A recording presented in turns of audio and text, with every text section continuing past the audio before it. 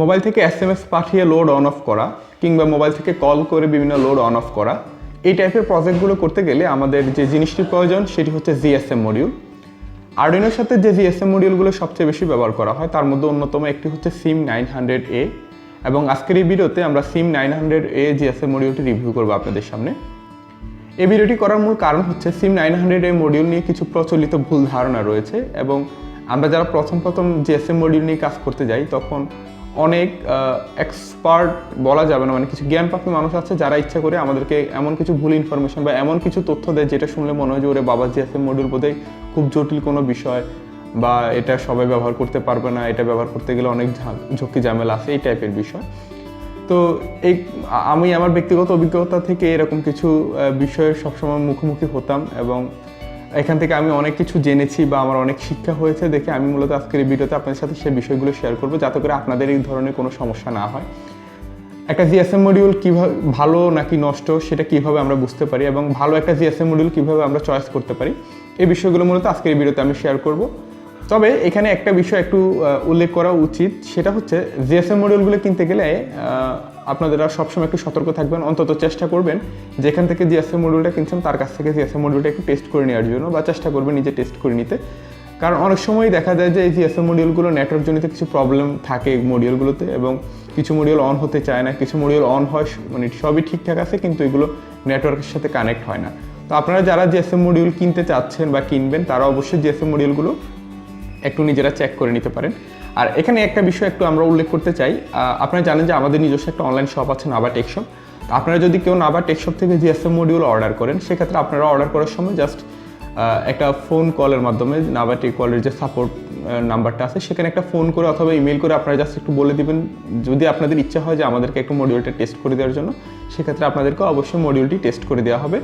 এবং নাবা টেকশপে মূলত যে জিএসএম মডিউলগুলো মানে সেল করা হয়, প্রত্যেকটা মডিউলই মূলত টেস্ট করে আনা হয়ে থাকে। তারপরে আপনাদের কারো যদি আগ্রহ থাকে অবশ্যই আরেকবার বলে নেবেন, তারা টেস্ট করে আপনাদেরকে মডিউলগুলো পাঠাবে। তো বেশি কথা না বলে চলুন আমরা সরাসরি আমাদের মূল ভিডিওতে যাই, অর্থাৎ একটা জিএসএম মডিউল রিলেটেড কিছু গুরুত্বপূর্ণ বিষয় আমি আপনাদের সাথে শেয়ার করব, আমরা সেই বিষয়গুলো একটু দেখে আসি। তো বন্ধুরা, আপনারা এখানে দেখতে পাচ্ছেন এটা হচ্ছে আমাদের সেই SIM900A জিএসএম মডিউলটি। আমি জিনিসপত্রগুলো সব প্যাকেট থেকে বের করছি। তো আমাদের এই জিএসএম মডিউলে মূল মডিউলটা দেওয়া থাকে, সাথে হচ্ছে একটা অ্যান্টেনা দেওয়া থাকে, এবং পাওয়ার কানেক্টরের জন্য এখানে যে কেবল দেওয়া আছে এটা। তো মোটামুটি এই জিনিসগুলোই থাকে আমাদের। তো আমরা প্রথমে যেটা করব, আমাদের যে অ্যান্টেনাটা আছে অ্যান্টেনাটাকে জিএসএম মডিউলের সাথে কানেক্ট করে নিচ্ছি। এরপর হচ্ছে আমরা এই যে আমাদের একটা সিম কার্ড এই মডিউলের সাথে লাগাবো। তো সিম কার্ড হচ্ছে একদম বড় সাইজের যে কার্ডটা, সেটা মাইক্রো বা ন্যানো সিম হলে সমস্যা, এখানে লাগানো যাবে না। তো লাগাবো কীভাবে দেখেন, এখানে একটা লক দেওয়া আছে সিম কার্ডের স্লটে, এটাকে প্রথমে পিছনের দিকে একটু ধাক্কা দিবেন, এই যে দেওয়ার পরে এই জিনিসটা উঠবে। ওঠার পরে এই ট্রেয়ের মধ্যে আপনার প্রথমে সিম কার্ডটাকে এভাবে বসাবেন, এই যে এটা বসানোর পরে এনে জাস্ট আবার সামনের দিকে ধাক্কা দিয়ে দিলে লক হয়ে যাবে। তো অনেকে এই জিনিসটাকে মানে লকটাকে লাগাতে গিয়ে কিন্তু এটা ভেঙে ফেলে, কারণ এটা খুবই ভঙ্গুর টাইপের, ঠিক আছে। একটু উল্টাপাল্টা হলে বা লক না হওয়ার পর আপনি যদি চাপ দেন বারবার, তাহলে কিন্তু এটা ভেঙে যেতে পারে। তো এটা একটু সাবধানে করবেন এই কাজটা। এবার হচ্ছে আমরা পাওয়ার কানেক্টরটা লাগাবো। তো পাওয়ার কানেক্টরটাকে এভাবে লাগাইতে হবে, এভাবে লাগানো যাবে না, এখানে যেহেতু লক সিস্টেম আছে। তো এটা এভাবে লাগাচ্ছি। এখন খুব গুরুত্বপূর্ণ একটা বিষয় একটু খেয়াল করেন, সেটা হচ্ছে এই যে তার তো লাগাই ফেললাম, এখন আমি আপনাকে পাওয়ার দিতে বলে কী করবেন, এটাতে লাগাবেন পাওয়ার সাপ্লাইয়ের পজিটিভ লাইন, এটাতে লাগাবেন নেগেটিভ লাইন, তাই না? আমি হইলে ওই কাজটা করতাম, কিন্তু বাস্তবে এই জিনিসটা ভুল। আমি এই পর্যন্ত যতগুলো জিএসএম মডিউল ব্যবহার করছি, শুধু একটা মডিউল ছাড়া বাকি সবগুলো মডিউলের ক্ষেত্রে এই জিনিসটা উল্টা আসে। এটা কেন যে উল্টা ওরা পাঠায়, এটা কি মানে সব এক ফ্যাক্টরি থেকে আসে কিনা তাও বুঝি না।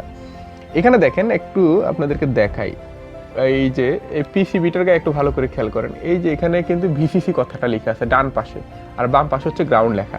তার মানে এই তারটা হচ্ছে ভিসিসির জন্য, এই তারটা হচ্ছে গ্রাউন্ডের জন্য। সেই হিসাবে লাল তারটা তো এখানে দেওয়ার কথা, মানে আমরা কালার সেন্স করলে আমরা নর্মালি লালটাকে পজিটিভ ধরি, কালোটাকে নেগেটিভ ধরি, কিন্তু এখানে তারগুলো উল্টা লাগানো। তো অনেকেই এই জিনিসটা কিন্তু ভুল করে, এমনিতেই মানে জিএসএম মডিউলটা বাজার থেকে কিনে নিয়ে এসেই এখানে পজিটিভ লাগাবে, এখানে নেগেটিভ লাগাবে, লাগায় দেখবে যে মডিউল নষ্ট হয়ে আসছে। তো এই বিষয়টা আপনারা অবশ্যই একটু খেয়াল রাখবেন। এবার হচ্ছে সবচেয়ে গুরুত্বপূর্ণ বিষয়, যেটা পাওয়ার কিভাবে দিব।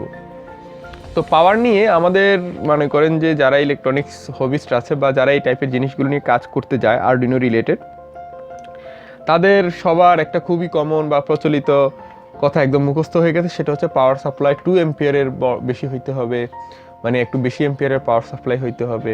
5 ভোল্ট 2 এম্পিয়ার 2.5 এম্পিয়ার এরকম একটা পাওয়ার সাপ্লাই অবশ্যই ইউজ করতে হবে, নতুবা জিএসএম মডিউল চলবে না। ইভেন আমি নিজেও এই টাইপের কথাবার্তা অনেকবার শুনেছি। মানে প্রথম যখন জিএসএম মডিউল নিয়ে এত কিছু জানতাম না, একটা নতুন মডিউল কিনেছিলাম, নষ্ট ছিল। তো সেটা নষ্ট কেন তাই তো বুঝতাম না, সেজন্য যারাই ফোন দিতাম বা যোগাযোগ করতাম সবাই বলতো যে তোমার পাওয়ার সাপ্লাইতে প্রবলেম আছে, পাওয়ার সাপ্লাই ঠিক করো, পাওয়ার সাপ্লাই 2 পয়েন্টের উপরে না হলে, মানে 2 এম্পিয়ারের উপরে না হলে হবে না। তো আমার কাছে দেখেন এখানে একটা পাওয়ার সাপ্লাই, এটা হচ্ছে 5 ভোল্ট 2.5 এম্পিয়ার লেখা আছে।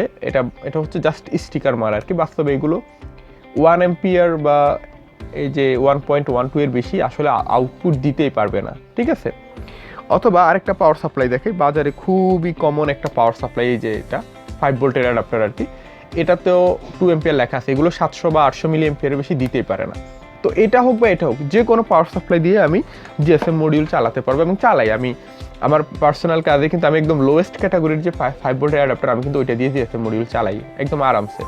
তো এটা কেন এরা বলে, এটা কি ইচ্ছা করেই মানুষের ভুল ইনফরমেশন দেয় না কেন দেয় আমি জানি না। আমি আমার এই 5 ভোল্টের অ্যাডাপ্টারটা লাগাচ্ছি। তো আসলে কি জিএসএম মডিউল চলার জন্য 2 এম্পিয়ার কারেন্ট লাগে কি না সেটা আমরা আজকে একটু এই ভিডিওতে এক্সপেরিমেন্টটাও করে ফেলবো। তো এই জন্য আমি আমার নিজের বানানো এই মিটারটাকে ব্যবহার করব। এখানে আমি আপনাদেরকে দেখাবো যে আসলে কত এম্পিয়ার কারেন্ট আমাদের এই জিএসএম মডিউলটা ব্যবহার করে। তো আমি আমার মিটারটার মধ্যে পাওয়ার দিচ্ছি। এবার হচ্ছে আমি এখানে এই যে 5 ভোল্টের যে কানেক্টরটা সেটা দিলাম। তো আমি একটু কাজ করে আপনাদেরকে এই জিনিসটা একটু উপর করে দেখাই। তো এটা হচ্ছে আমার পাওয়ার সাপ্লাই থেকে যে আউটপুট লাইন আসতেছে, এটা আপনারা এখানে দেখতে পাচ্ছেন যে আমার 5.2 ভোল্টের এই যে অ্যাডাপ্টার এটা। তো আমি পাওয়ার দিচ্ছি, অবশ্যই খেয়াল রাখবেন কি বলেছি, এই যে এখানে কালো তারটাই হচ্ছে পজিটিভ, তো কালো তারের সাথে পজিটিভ লাগাচ্ছি আমি।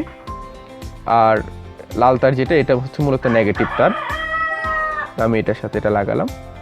তো আচ্ছা, লাগানোর পরে দেখেন আমার জিএসএম মডিউলে কিন্তু এলইডি জ্বলতেছে।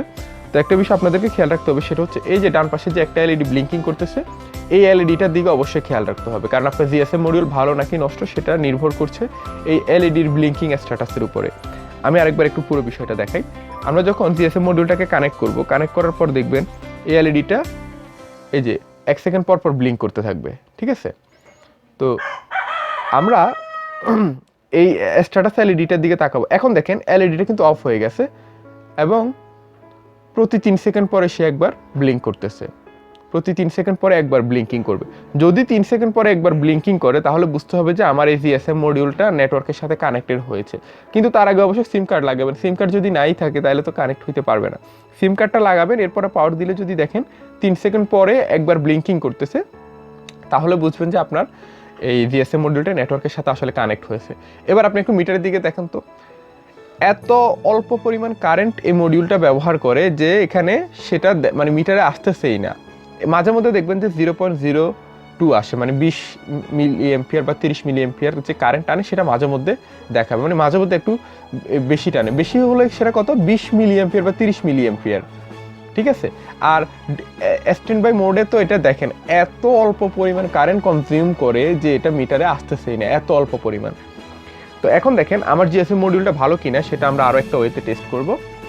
সেটা হচ্ছে নেটওয়ার্কের স্ট্যাটাস দেখে অলরেডি বুঝতে পারতেছি যে এটা নেটওয়ার্কের সাথে কানেক্ট হয়েছে। তো আমি এখন যে কাজটা করব, আমার এই নাম্বারটাতে আমি এখন কল দিব। দেখেন কল দেওয়ার পরে যদি কলটা মানে রিঙ্গিং হয় আর কি আমার ফোন থেকে, তাহলে বুঝবো যে আমার এই মডিউলের সাথে আসলে এই যে দেখেন আমার কিন্তু রিং হচ্ছে, এই যে রিং হচ্ছে। এবং এখানে দেখেন এই জায়গায় যে একটা লাল এলইডি জ্বলেছিল এটা কিন্তু অফ হয়ে আছে। যতক্ষণ আপনার কল চলতে থাকবে এই এলইডিটা অফ হয়ে যাবে। দেখেন আমি কেটে দিলে আবার জ্বলে উঠবে, এই যে দেখছেন এটা কিন্তু আবার জ্বলে উঠছে। তার মানে আসলে আমার এই সিম কার্ড নেটওয়ার্কের সাথে কানেক্ট হচ্ছে এবং হচ্ছে আমরা এই সিম কার্ডটা ব্যবহার করে এখন জিএসএম মডিউল দিয়ে যে কোনো কাজ করতে পারবো। তো আমি যেহেতু আজকে আসলে একটা SIM900A মডিউল রিভিউ করব, রিভিউ বলতে আমি আসলে চেয়েছি আপনাদের সাথে কিছু গুরুত্বপূর্ণ ইনফরমেশন শেয়ার করতে। এখন আরেকটা বিষয় বলি, আচ্ছা আমি এটা খুলে ফেলি, এটার আর আমার দরকার নেই। তো আপনারা তো নিশ্চয়ই দেখেছেন যে আসলে এই যে 2 এম্পিয়ার কারেন্ট লাগবে এই 2 এম্পিয়ারের বেশি লাগবে, এইসব ফাও কথা, এগুলো একদম কোনো ভিত্তি নাই এইসব কথাবার্তার। জিএসএম মডিউল এত বেশি পরিমাণ কারেন্ট টানে না, এতই অল্প টানে, একটা আরডুইনো যে পরিমাণ কারেন্ট টানে বোধহয় সে পরিমাণ কারেন্ট এই জিএসএম মডিউলেরও প্রয়োজন হয় না অত কারেন্ট, ঠিক আছে। জাস্ট খেয়াল রাখবেন যে আপনার 5 ভোল্টের অ্যাডাপ্টারটা যেন ভালো হয়, মানে স্টেবল হয়, ভোল্টেজ যেন ওঠানামা না করে, এই বিষয়টা খেয়াল রাখবেন। 5 ভোল্টের একটা অ্যাডাপ্টার মোটামুটি 500 মিলি অ্যাম্পিয়ারের একটা অ্যাডাপ্টার হলো এটা আরামসে আপনি চালাইতে পারবেন, কোনো সমস্যা হবে না এটা। তো যাই হোক, এই বিষয়গুলো বাদ দিই। এবার হচ্ছে আরডুইনোর সাথে আমরা এই জিএসএম মডিউলকে কীভাবে ব্যবহার করব। তো জিএসএম মডিউল সিরিয়াল কমিউনিকেশন ব্যবহার করে। এখানে দেখেন RxTx পিন লেখা আছে। জিএসএম মডিউলে মানে ডাবল RxTx পিন থাকে, এই যে এই দুইটা পিনও RxTx পিন, মাঝখানে দুইটা পিনও RxTx পিন। তো আপনারা যে কাজটা করবেন, মানে মাঝখানের যে দুইটা পিন আছে, আপনি একটু নেট থেকে এটার পিন আউটটা সার্চ করলে পেয়ে যাবেন। আমি এখানে হাত দিয়ে বুঝাইলে এত ক্লিয়ারলি আপনি বুঝবেন না। মাঝখানের বামে এবং ডানের যে RxTx পিন আছে, এগুলো মূলত আমরা যখন এটাকে 5 ভোল্টে অপারেট করব, তখন এই মাঝখানের Rx এবং Tx পিনটাকে আমরা ব্যবহার করব। আর আরেকটা বিষয় হচ্ছে খুবই গুরুত্বপূর্ণ, প্রায় সময় বলি, আপনারা বোধহয় খেয়াল করেন না, কারণ ভিডিওর মাঝখানে বলি তো কথাগুলো, এই জন্য। জিএসএম মডিউলকে আমরা একটা আলাদা 5 ভোল্টের অ্যাডাপ্টার ব্যবহার করে পাওয়ার দিব, ঠিক আছে। আমরা আরডুইনো থেকে পাওয়ারটা দিব না, যেহেতু এটাতে একটা স্টেবল পাওয়ার দরকার হয়, সেজন্য আমরা আলাদা একটা পাওয়ার সাপ্লাই ব্যবহার করে শুধু জিএসএম এর মধ্যে পাওয়ার দিব। আর যখন আরডুইনো ব্যবহার করব, আরডুইনোর মতো করে একটা পাওয়ার দিব।